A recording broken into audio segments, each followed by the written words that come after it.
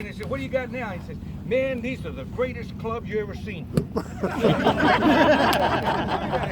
What are they? PXGs. I said, what'd you pay for those? 8,000. Now you think about it. I know you're laughing. Okay, you're laughing. But I know there's got to be people here that have bought these clubs, right? You have the latest stuff. Has it helped you? Not a damn bit. Your handicap hasn't changed a bit, has it? Huh? Oh, this ball here goes longer. This ball's softer.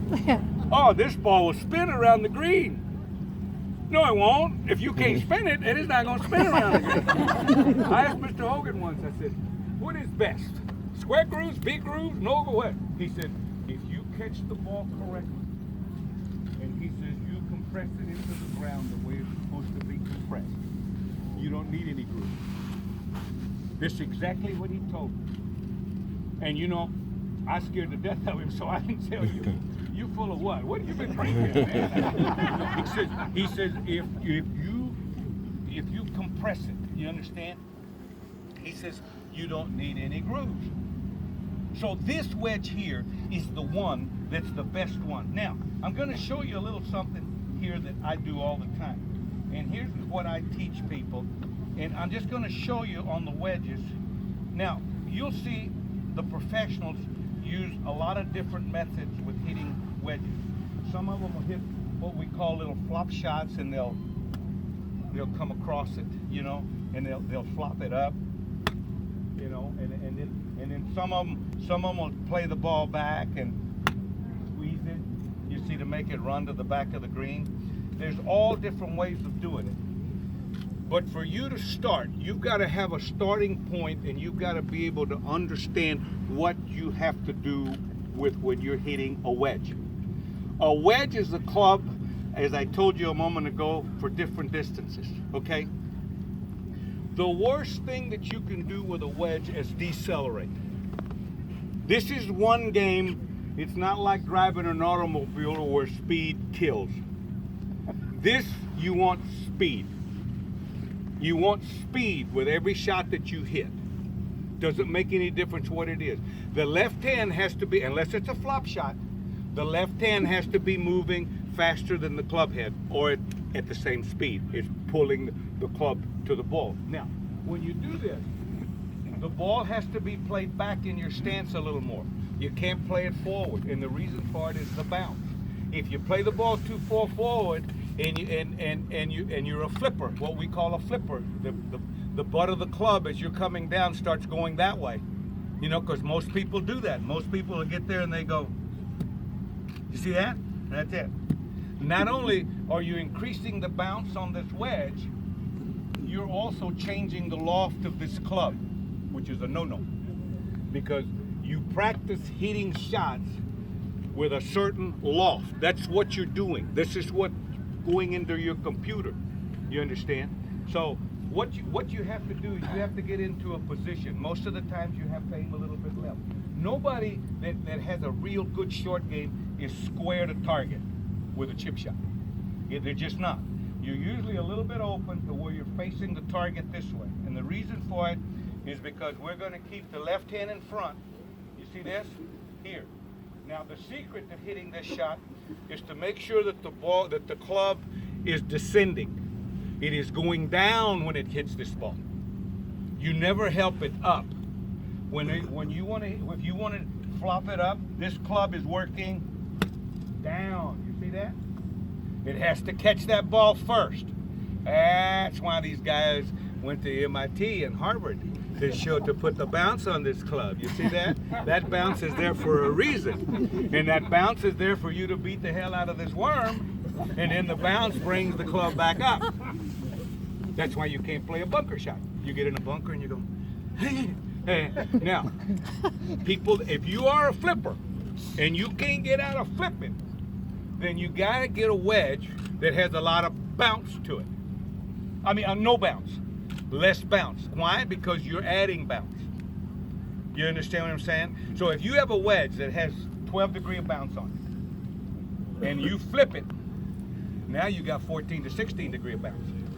And now this is where the blades are going to come from and the chili dip. But all the time that you can, always work the club if you did it in slow motion, you would see that I'm right in this position here when I hit the ball. You understand? And most people are here.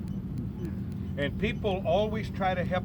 They get behind a bunker and they got a little heel up, and you see them, they go. Now that's a hell of a no-no. If anything, you want to go here. And when you go down on that shot, that ball will come up the club face and it'll go higher. You think it's going to go high when you're here. You know what you're going to do? You're going to add loft, you're going to chili dip it in the bunker, or you're going to blade it. It's not going to go up there the way you want it to. So when you're hitting this shot uphill, always go against the wall. Pretend that you're in a doorway. And in the doorway, you want to put your left shoulder up against it here. Now, next time you go out and you practice a little bit, I want you to hit a lot of shots by leaning on the doorway. Just lean on this doorway and then just go to hell. I mean, just go with it. Go with it. What happens, big thing now, is all these guys are talking about, you read a magazine, you pick them up today. You know, half the people that write those articles in those athletic magazines don't even play golf. You know that, don't you? Huh? Not zero, they don't play golf. You know what they'll do is they'll call whomever is endorsing this lesson, and they'll ask them 3 questions, and they'll say, don't worry about it, I'll fill it in. They have no clue. What they do is they read these magazines and they read these articles from other players. And then they start implementing all this different stuff. Has nothing to do with what you want to do. And the big thing that I don't like that they're teaching is they teach a lot of getting set. You got to get here. You see that? That's a no-no. You're a dead person right there. That's why you hit that big banana. You get here, you go, and then you go, and you cut right across. You can get right here. You can get right there. And put that weight on your left side, right there. Get up against that door, and you can stand there, and you'll get more speed. Now, let me show you why. It's when you're here, you don't immediately go this way, do you? It goes that way for a while. That's costing you speed. Think about it. That's costing you speed. Now, the fastest left shoulder ever in the game of golf was Jack Nicklaus. If you watch old films of him, and that's just, he hit a high fade, believe it or not. That's what he played his whole life, is a high fade. The one that's doing his left shoulder better than anyone I know now is Webb Simpson. Watch his left shoulder, fast left shoulder. What he does is when he has the left shoulder that fast, is it holds the angle longer. And what it does, it holds it. That's why he's so good with the irons. Notice how he's always hitting the greens and stuff. Because when he gets here and he moves that left shoulder. But when you get set here, you're gonna go sideways. That's a no-no.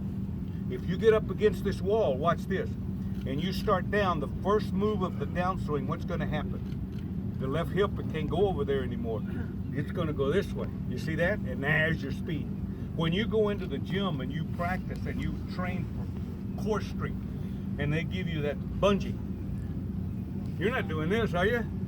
No, you're going with that bungee rope.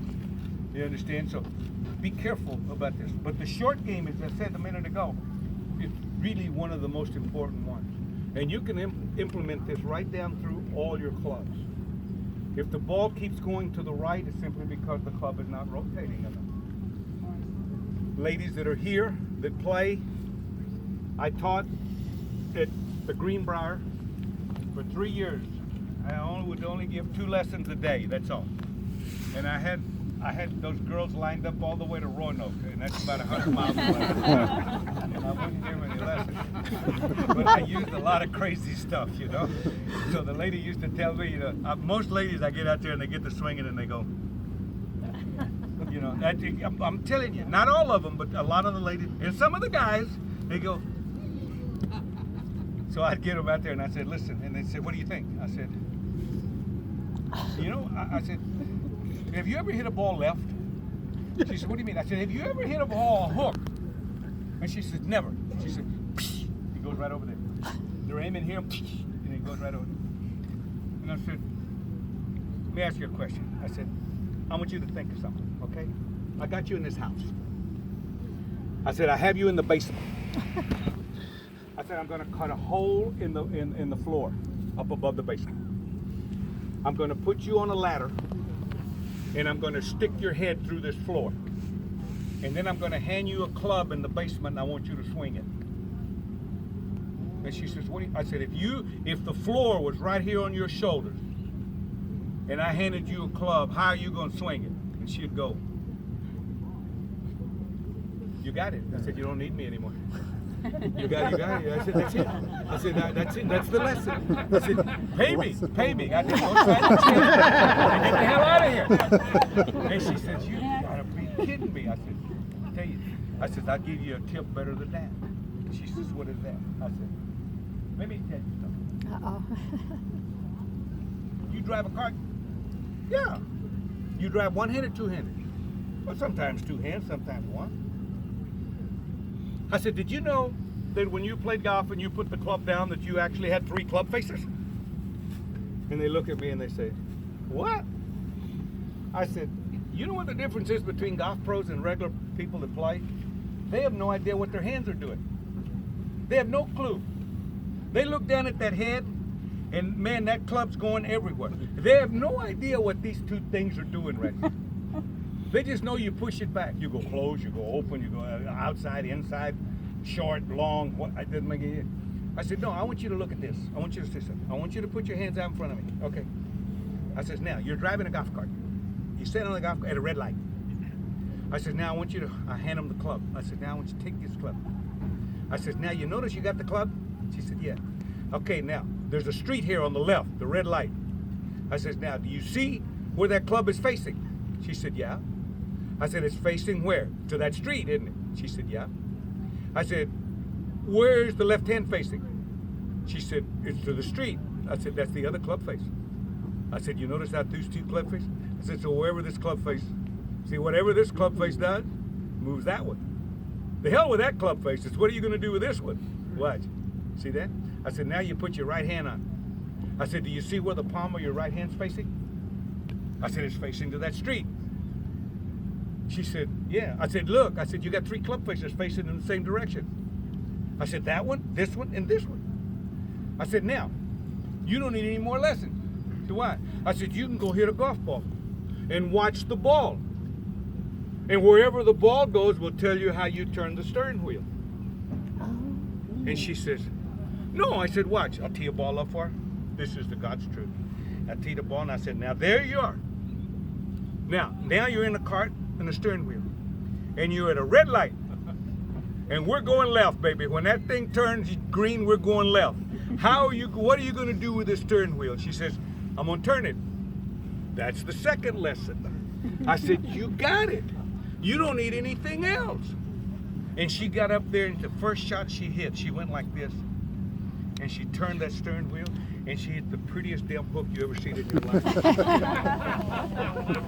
She said, I've never in my life done that before. I said, no. I said, think about the 3 club faces. These are the 2 most important. That's not important. What's going to happen is these hands, these 2 club faces are the ones that tell you where what the ball is doing. All you got to do is watch the ball and see what it's doing. If I take 3 balls, if I take 3 golf balls and see, and this is the steering wheel, and I'm having a tough time seeing, to tell you the truth. I got contacts on, and I don't know. I had so many splash shots today. I'm growing tomatoes out of these damn eyes. But you see, when we put the ball down and we want to hit just a little bit of a draw, you see that? Now, that's the steering wheel. That's all it is. If we wanted to go and punch this ball and go straight, you see what happens is we don't turn the steering wheel. And we just hold on to the steering wheel and go straight. If we wanted to go and make the ball go just a little bit to the right, see, we turn the steering wheel a little bit to the right. And when you're on the driving range and you're doing this and the ball, and you think you're turning the steering wheel and the damn ball's going in those bushes, you're not turning the steering wheel, you're turning it the other way. When the guy tells you to take a left at the light, goddamn, you're going in the ditch on the right. So you can actually teach yourself to do this. I mean, this is the easiest thing there is to do.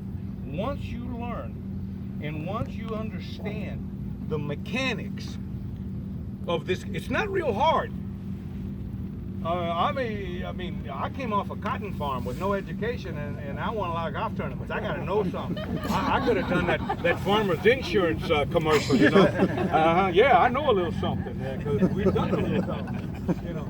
But all these shots, like if I wanted to hold this one here and go up just a little bit higher, see? Right. And this is what we call just a little rake. This is what we call a rake. In other words, what we're doing is we're holding long. We still have speed, but the ball's not going to go as far because we're yanking a little quicker this way. And the quicker you yank to the left. Now watch again. Now watch pull left. See it? Not much. See that? See that? Now, if we were going to take this and say, for instance, there was a par 5. There's a par 5. And there's 2 bunkers in the front. You can actually watch it. You can actually go in between them. See that? You can just hook it right on in there, in between them, in between the 2 bunkers. You don't have to go over them. Wow! Wow!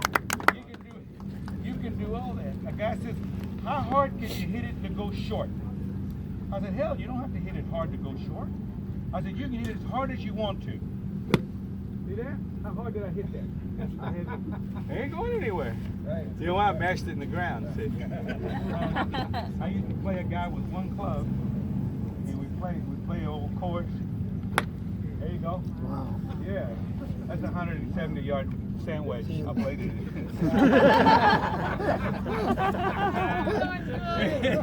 Any questions here on anything? Big John's coming in. You're great.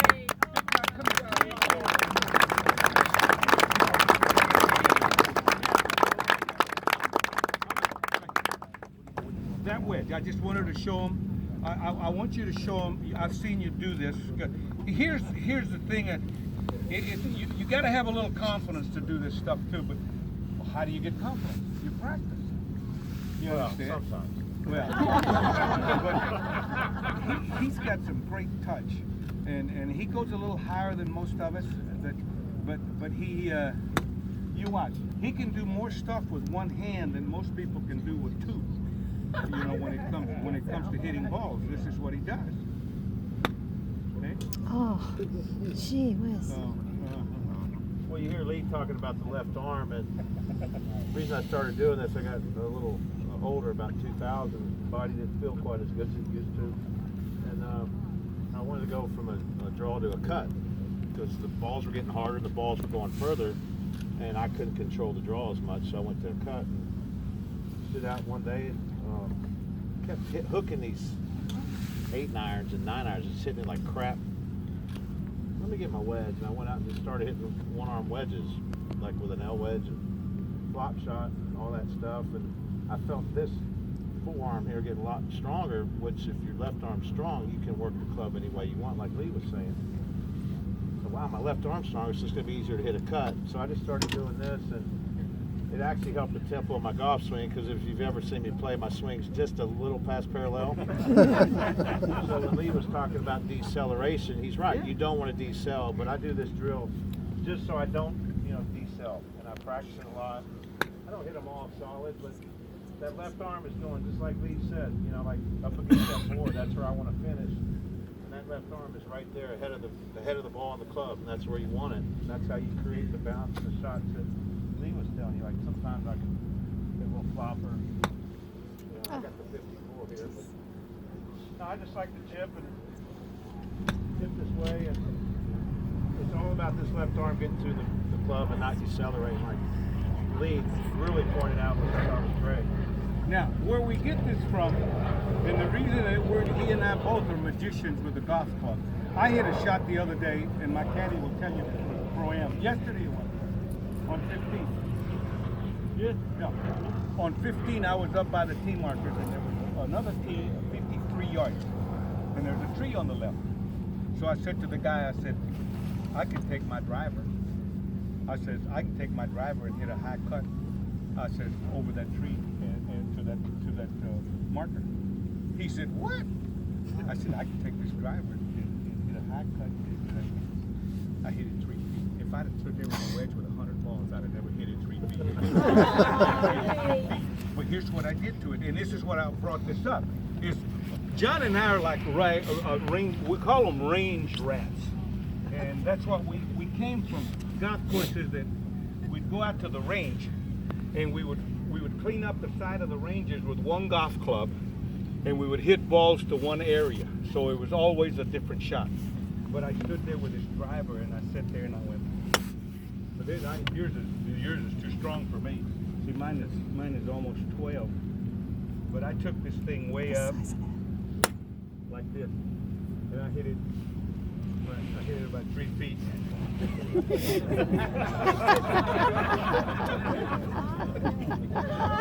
right, John, hit the driver. You're so young. Well, I used to play a par 3 course with a bottle, Dr. Pepper bottle, and the longest hole was 100 yards, the shortest hole was 55 yards. And the longest hole was about from here to that green over there, and I had it taped. It was a bottle. Way back in the 50s, it was real thick. You remember that Dr. Pepper bottle? It was the big one. I'd tape it and I'd put a glove on the right side, on my right hand, and I'd throw the ball up, boom, and I'd hit it. And I could hit it about 100 yards. And I used to gamble on that thing because I couldn't play nobody would play me with clubs. And I never lost a match with it because I would take the tie. They'd say, well, you're going to play with that? I said, yeah. What do you want? What handicap is it? Yeah. I said, I'll take the tie. If I tie you on the hole, I'll win. Good. And I'd lay the bottle down this way and putt with a butt. Shit, I can putt better with that than I can with my putter. And yeah, I used to use it all the time. I want you to hit a couple of drives for me. Yeah. Yeah. Let's do it. We can do it.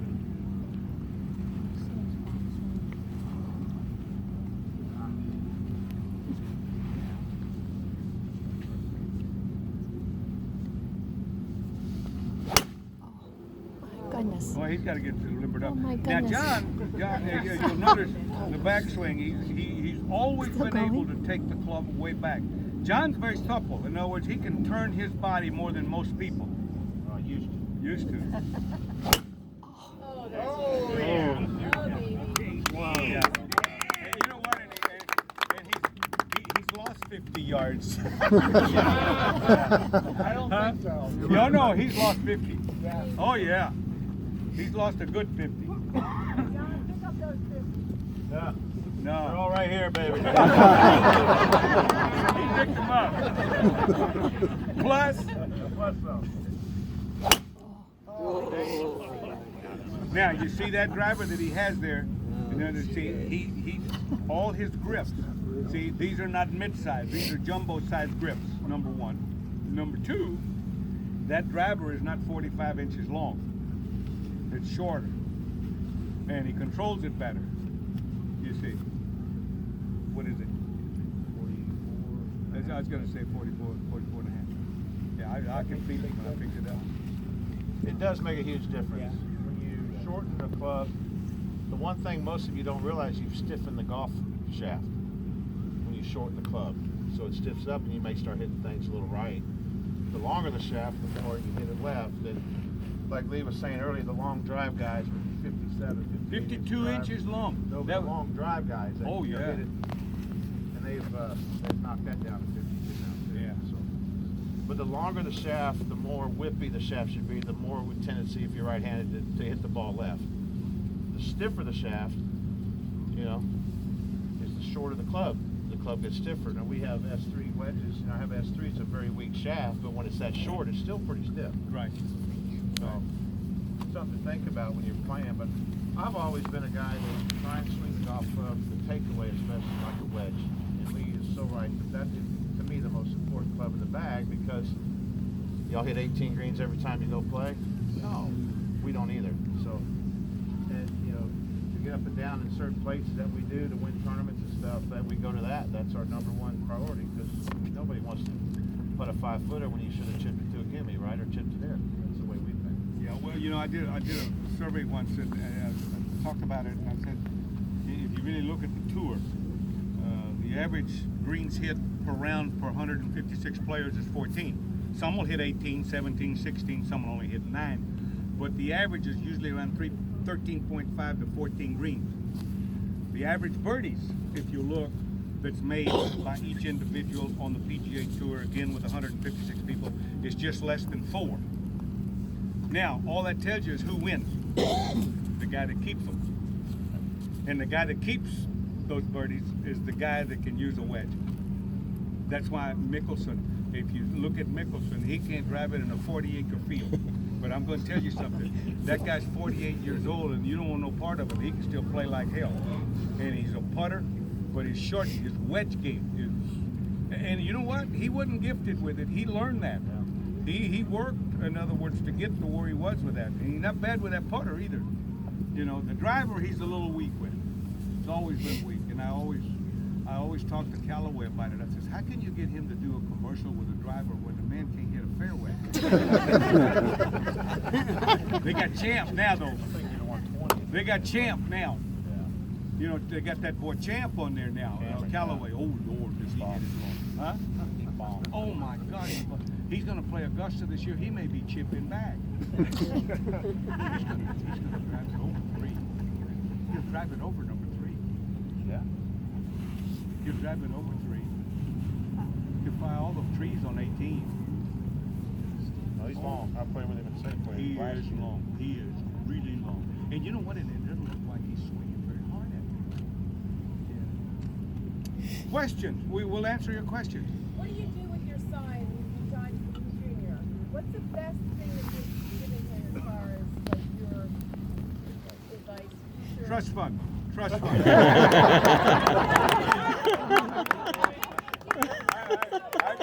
I kids know if they just keep their, if they, well, I'm 79. I know my boy treating me all right. I tell you. Thank you. No, he doesn't. You know, I taught him the grip and taught him some things when he was real little. He started playing these too, and now I let the coaches do all of it. Oh, so you don't really do much coaching, or you just? I mean, I do. If it's, you know, but for Little John and me, one thing we've been lucky is ball position. Oh, good. I mean, there's 2 things for me is ball position and the pace of my backswing. Other than that, if that's flowing, I feel like I'm gonna have a pretty good day. So you have a lot to be proud of. Yeah, and he's kind of the same way though, and he's so gifted around the greens that. You have any kids? We were with you last year. Huh? We were with you. They don't listen to you, do they? Do they listen to you? No. No, what the hell? Why? You looking? Yeah. I get that out of my son. Hey, I'll go watch him play a tournament. He might not play good. I said, you just weren't finishing your backswing. Oh, yeah, And the Dad. next day he'll say, hey, Dad, Nick told me I wasn't finishing my backswing. He helped me out. Thank y'all for being out here. I want to introduce somebody. Oh, John, Major Ed. do you ever think you'll go back and try Niagara Falls again? No. Where? Niagara Falls. Niagara Falls. Hitting it over. Hitting it over Niagara Falls. Oh. Oh, I hit the rock. You hit the rock. hit the rock. You're close. Yeah. You were close. Oh yeah. But the reason we do this, and I'm a proud wingman for Folds of Honor. I want to bring a very special guest. Yeah.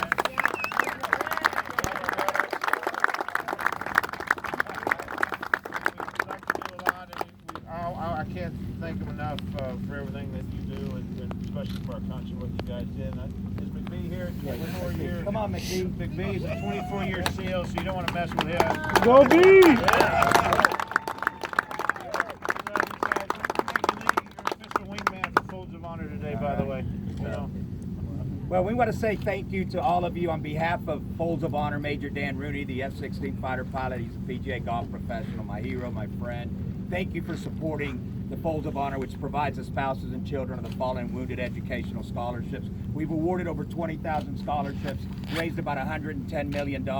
Our motto is honoring the sacrifice, educating the legacy. We will never leave a family behind on the field of battle, so help us God. And we actually have a family here, and I want to make sure that I get these names right, and I want to introduce them to you because it's very important. And me and McBee, we understand that, you know what, when we go fight for you, you know what? We may lose limb, we may lose lives, but you know what? When we take the oath of office to defend the greatest nation in the world, we always know that it's about God, country, family, and all of those that serve in the armed forces of the United States of America to protect you, the American people. So it is in that spirit that I'd like to bring this family up for you guys to recognize them, because they paid the ultimate sacrifice. And Miss McCain, Sergeant First Class McCain, lost his life. And we have his family here, and they're all Folds of Honor Scholarship recipients. And we have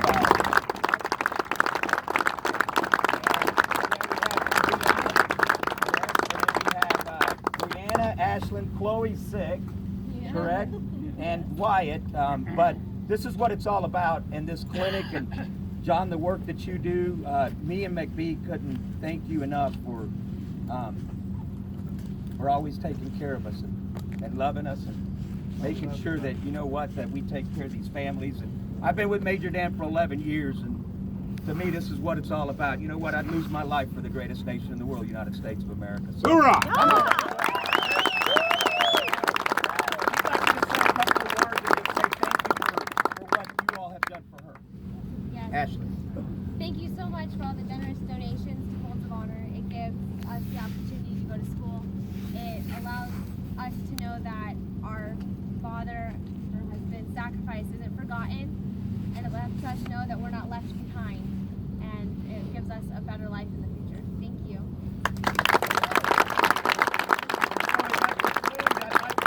All the veterans that come up, we have coins for you, and I'd like McBee to just kind of say in a couple minutes, just share who he is and what it's all about. He's one of our Navy SEALs, and not to steal his thunder, but knows my good friend and our good friend Rob O'Neill, and he served with him, and this man is the true deal. Ladies and gentlemen, Navy SEAL Rob.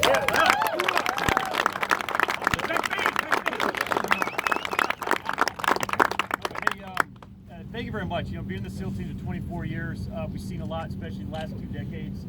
There's a lot going out there, and the biggest thing is a lot of lives are being lost, okay? And a lot of people, you know, there is a lot of force banter that goes along with all that, but in the end, we're all one team and it's all one fight. You know, because all of us here that serve, we die, we're dead. And for me, when I came back, in every deployment we came back, we always lost somebody. You know, and that was a big thing for us, was my friends and my family. So now that we're out, it's like, you know, when you're there, you're protecting your buddy. All right, you always got that Overwatch, right? That's the mission. Like the mission when we're overseas is everyone comes home alive. We don't always do that. And so now that I'm out, that mission is still for me to make sure I still take care of the families, because we lose them. All right, it's not a game. It's real life. And for me, it's dead serious. And so then the best thing I do is channelize all my talents, everything I've done, to make sure those families are taken care of when they get back. So I thank all of you for being here. Thank Major Ed, JD, Lee Trevino. Thanks for everything you guys are doing.